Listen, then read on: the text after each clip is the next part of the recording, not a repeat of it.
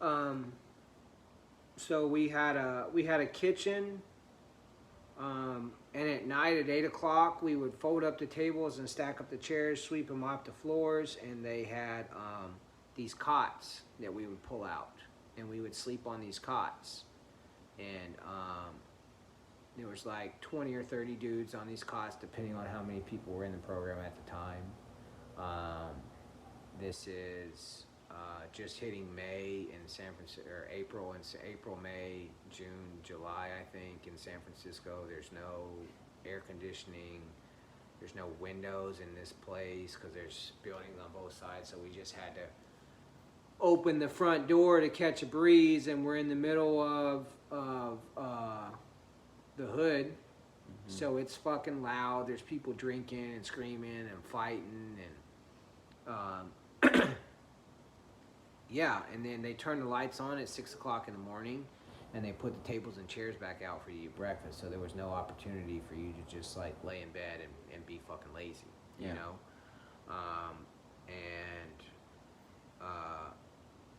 Like I got there with no intention of staying for the full year. I got there with no intention of getting sober and changing my life. I got there with the intention of they are going to let me go to 12-step meetings that this girl that I've been seeing goes to, the girl that helped me get in there. And they said I can go 10 minutes early and stay 10 minutes late to talk to her. And she can go to church with me on Sunday. Right? So I did all these things just so I could be close to this girl, and I could like talk to this girl.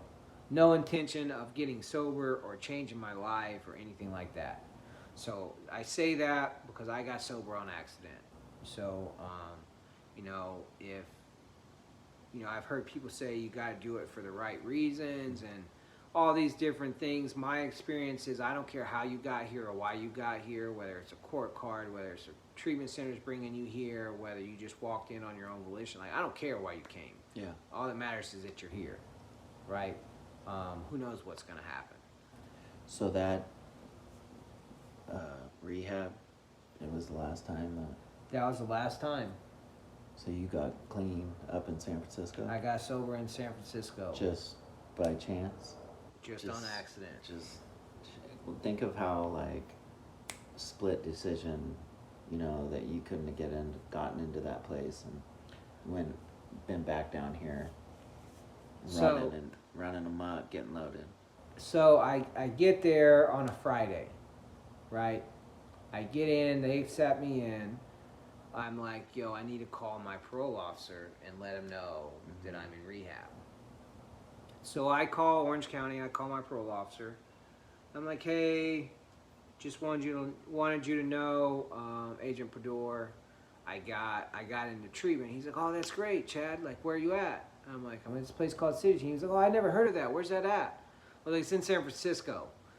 He's like, what the fuck? And he just starts screaming at me. I told you not to leave fucking Orange County. I told you couldn't go up there because I've been asking if I could come. And he was like, you can't fucking be there. He's like, matter of fact, I'm not even dealing with this right now. You better be in my office Monday morning at 8 a.m. or I'm fucking issuing a warrant. So I get off the phone and I'm talking to the guy running the place. And I'm like, yo, if I go back down there and I turn myself in, can I present him with a letter of acceptance from this treatment center saying that I'm here so that I can come back once I turn myself in down there?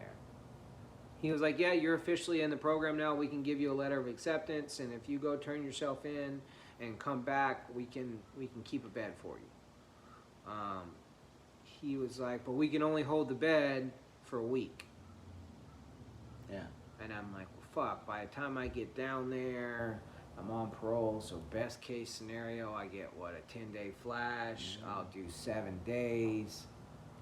Like, what if I come back and there's no fucking bed? Yeah. What if he says I can't go to treatment in San Francisco? Yeah. And I was like, you know what, dude? No, I'm not doing this. So, I call him back. He doesn't answer the phone. I call him back again. He's like, Chapman, what the fuck do you want? I was like, I just want to call and tell you that I'm not coming back. He was like, what the fuck? And I was like, here's the address where I'm at. Here's the phone number where I'm at. Here's the person's name that you can speak with regarding what I'm doing. If you want to come get me, this is where I'll be at. Yeah. But, like, I don't know why, but I'm just fucking going for it. Same. Yeah. And he says, all right, let me call you back. So, like, an hour goes by, and the guy running the place calls me back in there, and he was like, you got a phone call. So it's the parole officer. He's like, okay, Mr. Chapman, this is what I'm going to do for you. And I was like, all right. He says, I'm going to issue a warrant for your arrest. I have to, right, because you're not reporting. He says, I'm not going to tell my supervisor where you're at. And as long as you're good, I'm not going to come looking for you. You still have to check in with me every week. Let me know what's going on. I don't care if I answer the phone or not. You better leave me a message. Tell me you're doing good. He was like, as long as you're doing good, you don't have anything to worry about. That's cool. He said, but you should know if you have any police contact, Yeah. it will show a warrant. You will get arrested, and Orange County will come get you. He was like, so if you are jaywalking, you're gonna come back to Orange County. Anytime a police officer, if they run your name, you're going to jail. He's like, I just want you to understand that, so when this situation happens, you don't feel like I wasn't honest with you. And I was like, all right, cool, that's fair. So I'm in this program. They're making me go to these meetings, and at first I'm just like sitting in the back, not saying anything, kind of talking to this girl, and then one of my friends takes me to this meeting that the girl's not at. I decide to go, and there's some people in there that seem like pretty chill. There's this tall, skinny guy sitting next to me, and like it was during the NBA playoffs at this time, and he's got like the Warriors game pulled up on his phone. And he sees me like looking at it, trying to check the score, because I would really rather been watching that game than be at this fucking meeting, right? So like every couple minutes, this dude like leans over and just tells me the score. Like that dude's cool, you know. And I keep coming back to this meeting, and eventually like I start raising my hand to say something, you know, like. All I'm doing is complaining at this point about how fucked up the rehab is that I'm at, and how things aren't going my way, and fucking poor me, and all this shit. And after one of the meetings, this guy comes up to me, this older guy, and he's like, "Hey man, you wanna get together and read this book?" He was like, maybe if we get together and we read this book, maybe you won't be so like angry anymore, you know? And I'm like, all right. No, I don't really particularly want to go read this book, but I've heard other guys in the house talk about this sponsor thing, and they tell me like when they go meet this sponsor guy, that like he buys them a cup of coffee, or he'll buy them like a sandwich or a donut or some shit while they're meeting. And the place I'm at, it runs off donations. So like all the food we have is like stuff that's been expired for like a week from the grocery store that they can't sell, so they donate to us. You know? So I'm like, all the coffee we have is like freeze-dried instant coffee. You know? Yeah. Or every now and then somebody will donate some shitty coffee to us. But I'm like, fuck, if I go meet this dude, I get Starbucks and some good food. You know, fuck yeah, I'll come meet you, dude. You want to meet twice a week? What's up? Yeah. So, we decided to meet on Saturday nights after dinner. I had to eat dinner at my house at 5 o'clock. I had to meet him at 6 o'clock. And it was mandatory that I be there for dinner at 5 o'clock on Saturday. And his only instruction to me was just call me once a week, like Thursday or Friday, to let me know you'll be there on Saturday. Yeah. Right? I never called this dude for like 3 months, bro. But after dinner, 5:15, I wouldn't even eat dinner at the house. I would just fucking hop up, run up the street to Market Street on San Francisco. I would catch like 3 buses to go over to meet this guy. It would take me like 45 minutes catching these different buses to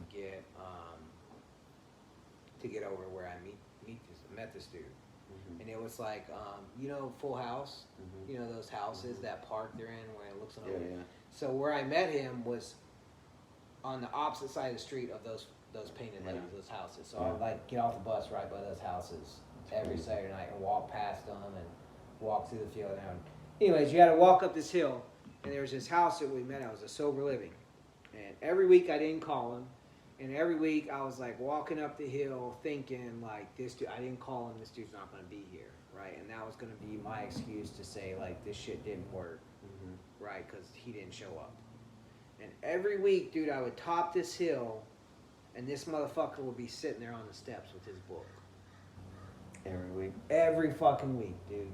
And Consistency. so finally after like 3 months, he was like, hey, like it's obvious that I'm going to be here every week, and it's pretty obvious that you're going to be here every week. Do you think like you could find it in you just to call me? Mm-hmm. Just call me once a week. I don't even care when at this point. Just call me. Just show me you can follow directions. Mm-hmm. So I was like, cool. So I started calling the guy at that point, and he's telling me what meetings he's going to, and I'm going to these meetings, and we're reading this book, and I'm asking lots of questions about what does this mean and what does that mean, and he's explaining to me like all these different things, and like he's showing me like explaining why I've done all the things that I've done, Mm-hmm. right? And this is some like almost 60-year-old dude who like graduated from college with a 4.0 GPA, that owned his own business at one point, never been to prison, never been homeless. Like if you've seen the two of us, you'd be like, what the fuck are they doing hanging out? Mm-hmm. Right? This dude had never done drugs. He just drank and he smoked a little weed. You know what I'm saying? And this guy is talking to me about myself and the things that I've done. And like he's hitting on shit that no one has ever been able to like hit on with me,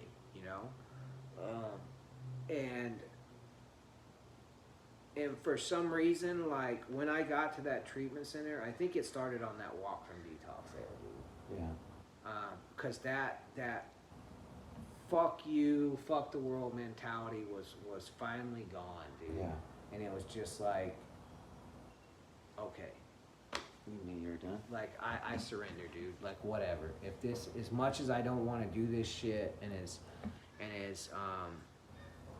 as lame as I think this shit is, dude. Like, what have I got to lose? Yeah. Let's I try got a something warrant. I'm probably going back to prison. Like, who gives a shit? Let's just see what happens.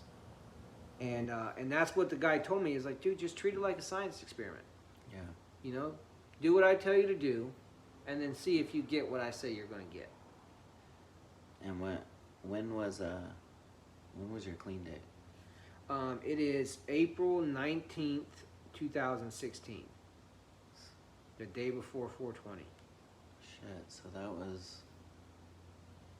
Yeah. So you're coming up. This will be 5 years.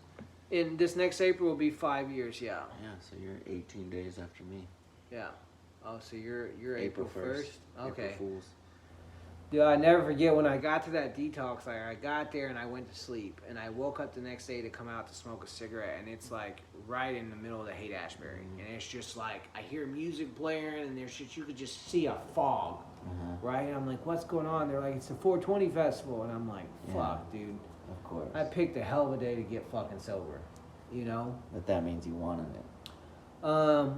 So yeah, so I meet with this guy. He told me treat it like a science experiment. He said if you don't get if you do what I say and you don't get what I say, your first one's on me. Whatever you want. Mm-hmm. Like I'll give you the money. If you do this shit and it doesn't happen like I say it will, then like I'll give you a refund. Mm-hmm. I was like, all right. You know, I can do that. And there's a lot of talk about willingness in this program, and like how willing are you, and like I don't know how willing you need to be to do this. I know my experience is I had just enough willingness to do the next thing. Yeah. Right? I wasn't willing when I got here to do all 12 steps. I wasn't willing enough when I got here to even get a sponsor. It took me like a month to get a sponsor. Yeah. Right? I wasn't willing to do when I got here, I was just willing to go to a meeting. Not even to try and figure out how to be sober, but just to like talk to this girl. Right? And then going to the meetings, then I got willing enough to say something. Mm-hmm. Then I got willing enough to get this sponsor and go meet him, right? And then we're reading this book, and like I was like, you know what? This is where I think prison came in very valuable for me, right? Because like I've been to 12-step meetings before, and like they talked about this sponsor thing, and I was like, I'm this big bad man, I don't need no fucking help, right? But then I went to prison, and I realized like if I want to be able to navigate this environment successfully, I can either talk to the youngsters who don't know what the fuck they're doing either, or I can talk to the old heads, right? And I can have someone fucking lace me up and show me how to do this shit. And so like I took that experience and I took that into my sobriety. Yeah. Right? Like, okay, I don't know how to do this. I'm trying to do something. There's nothing wrong with having counsel from someone who is farther along than you and has gone through this and can advise me on how to navigate this new part of my life. Mm-hmm. Right? And so like there's sometimes we would meet and we would only read a page in like an hour and a half. Yeah. You know, because there was just so much questions, and he would explain shit, and then he would have me looking shit up, and then he would have me like look at the history of my life and what has my life experiences shown me. That's you crazy. know, and so like each time he would ask me to do something, he would like show me how to do it. He would do it with me, or he would show me how to do it, or he would show me where he did it. Mm-hmm. It's like, hey, this is how I did it, right? If you have questions, you can call me. We'll talk about it. Yeah. You know, and so like I was just willing enough to do the next thing that he asked me to do, right? And somewhere along the way, I woke up one day and I was like, you know what? It has been like 4 months, and I haven't gotten high. And the more amazing thing about that is not only has it been 4 months I haven't got high, but I haven't even thought about getting high. And like the way I get loaded is the actual act of getting loaded, whether it's drinking or getting high, it takes like a couple minutes, right? And then I immediately go into this mode of how do I get more? Yeah. Right? Who am I going to come up on? Who am I going to rob? What scam am I going to run? Whose house am I going to break into? Like, what do I have to do to get more? Because I know no matter how much I have, it's not enough. That's not enough. And so the idea that I can go 4 months, 120 days without even thinking about getting loaded, like that was a miracle to me. And we're like making progress on these step things, you know. I'm going to meetings, and next thing you know, they got me making coffee at this place before one of the meetings, and you know, like I'm showing up on time, I'm getting there early to make the coffee, I'm helping clean it up, and like it showed me how like normal people live life. Yeah. You know, I truly believe like I had such a low bottom when I got here. You know, I hadn't worked in like 5 years by the time I got here, between running the streets and being locked up and whatever. And so I had to be retrained on like how to show up on time, how to stay through your entire shift, how to be honest to people. You know what I'm saying? Like how to do what I I say. I remember Yeah. I first started meeting with this sponsor guy, and I was complaining about somebody wasn't respecting me. You know, the fucking convict mentality, like you owe me respect and da da da da. And I remember this fucking little white dude looked at me and he said, Chad, can you do me a favor? And I said, yes, sir. He said, can you tell me exactly what the fuck you've done that's respectable? And like my jaw just dropped, you know, because I had nothing for him. Like, he's like, is it respectable to like breaking in people's houses and robbing stores? Is it respectable to be a fucking burden on the state that has to house you and clothe you and feed you and pay people to like make sure you do the thing? They have to pay people to make sure you don't break the fucking law. He was like, is that respectable? He was like, I'll wait. You can tell me what you've done that's respectable. And if you've done something that deserves respect, then we'll make sure you get it. I'll help you with that. And I had nothing. And he was like, you know, your way of thinking is not just going to change, right? The only thing that you can change is the way you act. Yeah. So when you say you're going to do something, you do it, right? When you say you're going to be somewhere, you be there on time. You be there early, right? When you do something, you do it to the best of your ability, even when nobody's fucking looking, right? And he was like, after you do that for a long enough period of time, then you'll have this thing called self-esteem and self-respect, right? And how other people feel about you or view you will no longer be as important because you'll have a thing called integrity, right? And people will see that and they'll want to give you jobs and they'll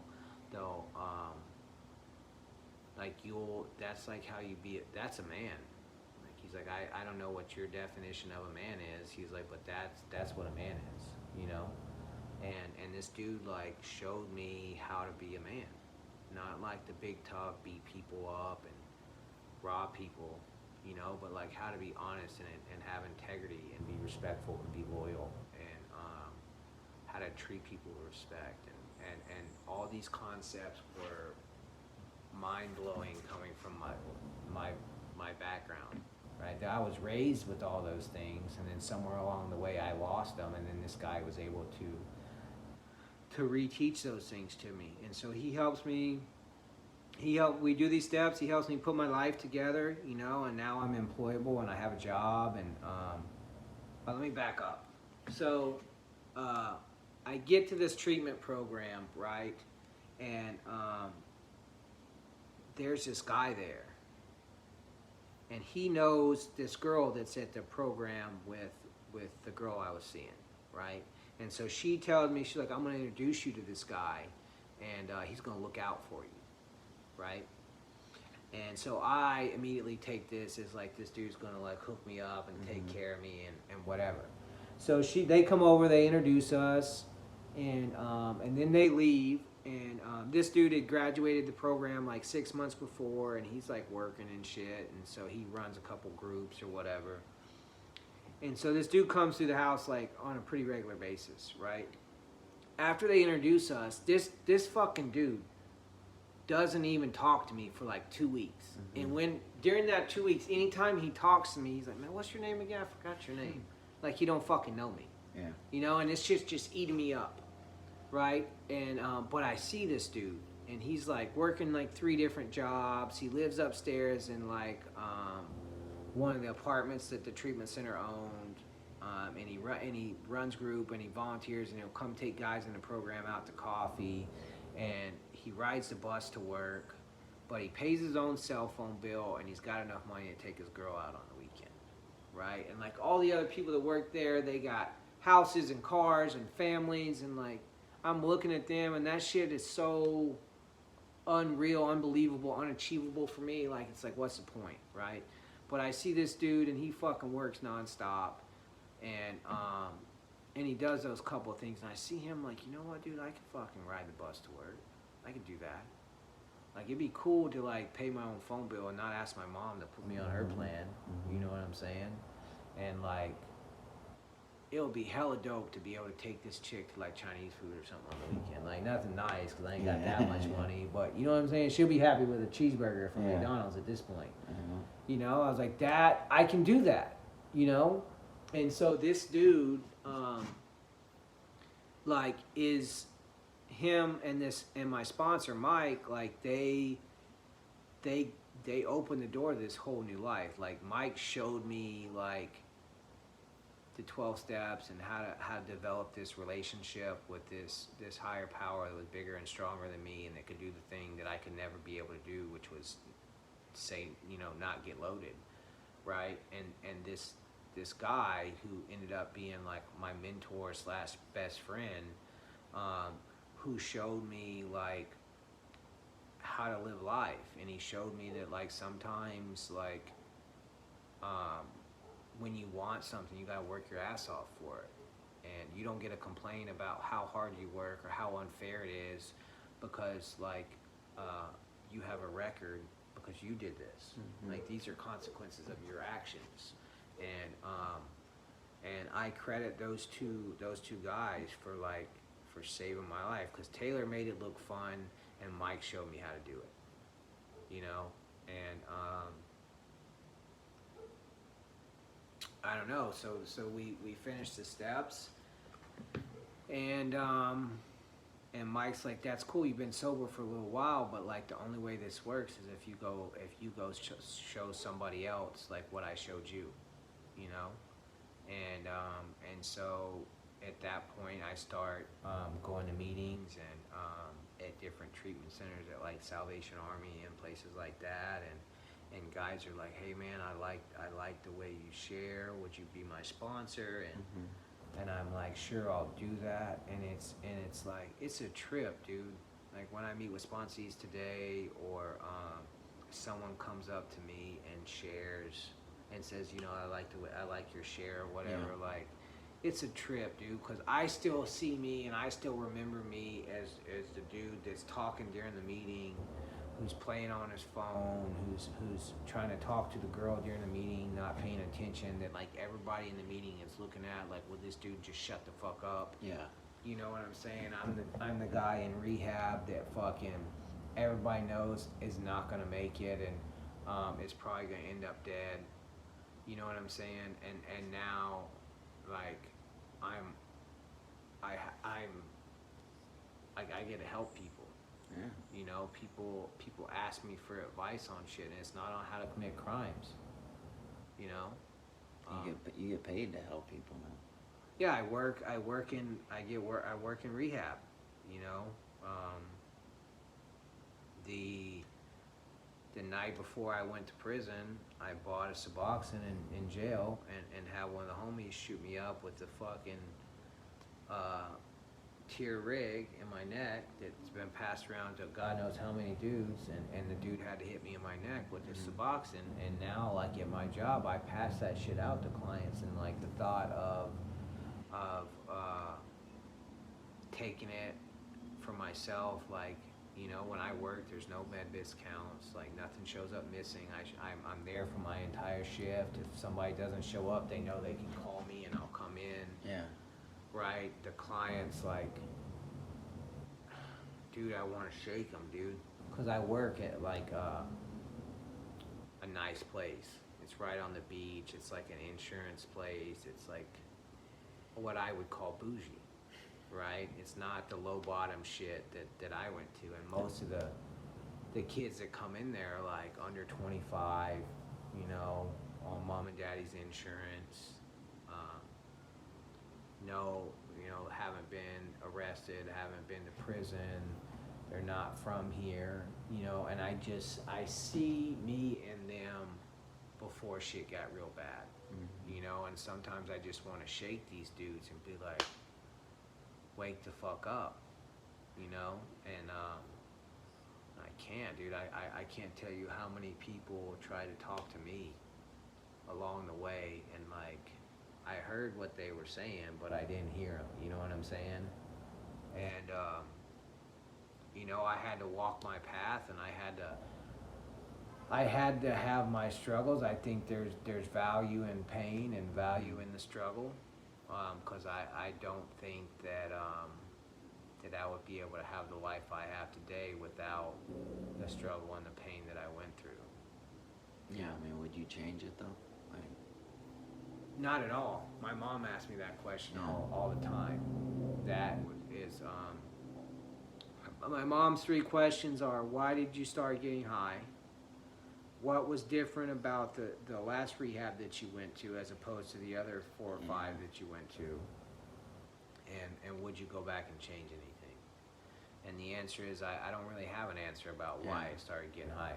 You know, that to me is not a question worth answering because the fact is I did get high. yeah, it don't matter. Yeah, so it doesn't matter why I started. What was different about this rehab and any other rehab I went to? And the answer is nothing. Yeah. You know, had I went to this last rehab first, it probably wouldn't have worked. It wouldn't have worked. You know, if I would have went to any of the other rehabs that I went to last, good chance it would have worked because it was just where I was at. Yeah. And would I go back and change anything? No, because I needed to go through everything that I went through in order to be where I'm at today. And look at this life Yeah, you dude. created. I mean, you got a, beautiful pad. What are we? A mile from the beach, if that? If that, maybe a half mile from the beach. Half mile from Huntington Beach. You got a great circle around you of, sober friends, and you work at a treatment center and get to give back on a daily basis. Like, that's the huge thing, Yeah. And, I mean, that's what I feel like these videos could do for people is, take them out of their head or make them realize that they're not alone when they're out there struggling or they're on their journey of trying to find out ways of getting sober. And because I mean, there are so many times like during my battle with addiction that like I wanted to get sober. For sure. And I truly believe I wanted to get sober. I didn't have it in me yet. I didn't know how, or I didn't know, I just wasn't ready. And, the fact that you get to give back today, and like if there's anybody out there that's, watching this or watches it and are in the California area and you do need help or... You ain't gotta be in California. No? No, you want help, dude, reach out. Yeah. We'll figure something out. Reach out, and if you're serious about getting help, because honestly, we can tell if you're serious or if you're just fucking around. But yeah, if you want the help and you're serious about it, like, reach out. I'll put you in contact with Chad. I'll do what I can. Chad's a pro when it comes to finding people a bed. And Find you a bed. We'll do whatever. Like, there's so much things available to you, whether you're somebody that's struggling or whether you're somebody that's a friend or a family member of somebody that's struggling, and you just need to talk to somebody about like, hey, how do I handle this? What do I do? We're here. Like I think it's the one thing I would like to point out is, when I first got here, I heard these stories about people getting sober and being homeless and being in prison and all these things, and I was like, I ain't like that. We talked about that. I haven't done that. And like one thing that was shown to me was that like the people and the places are gonna change from person to person. Whether I'm getting high under a bridge, or I'm in my mom's basement, or I'm in my garage hiding from my wife, right? That's all gonna change from person to person.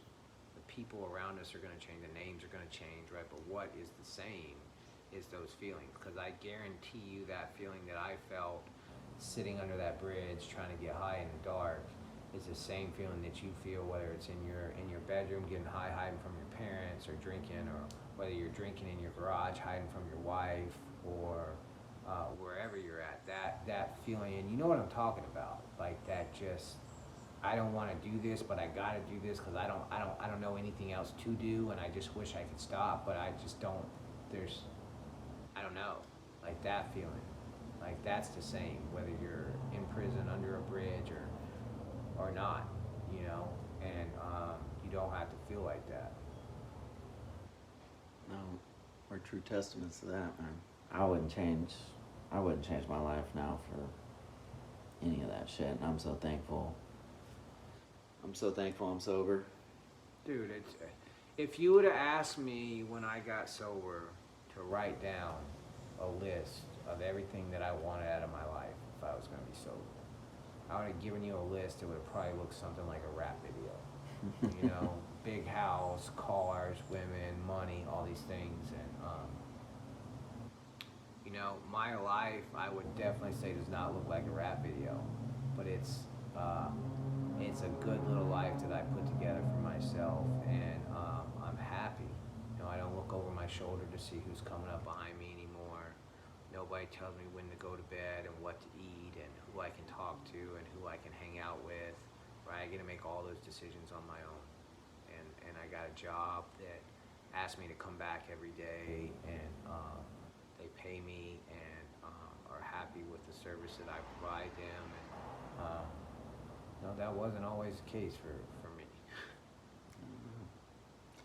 Well, I appreciate you, man, and I appreciate you sharing the story with the crew. I know there's gonna be multiple parts to it, but honestly, like, I feel like it needed to be told. And if you do want to reach out, honestly, don't hesitate, because there are people that are here to help and, like, here to genuinely help, not for an ulterior motive or to get something out of it, but, you know, really do care. And I appreciate you, bud. Appreciate it, man. Always a pleasure. Yes, sir. And this is us signing off. All right. Thank you.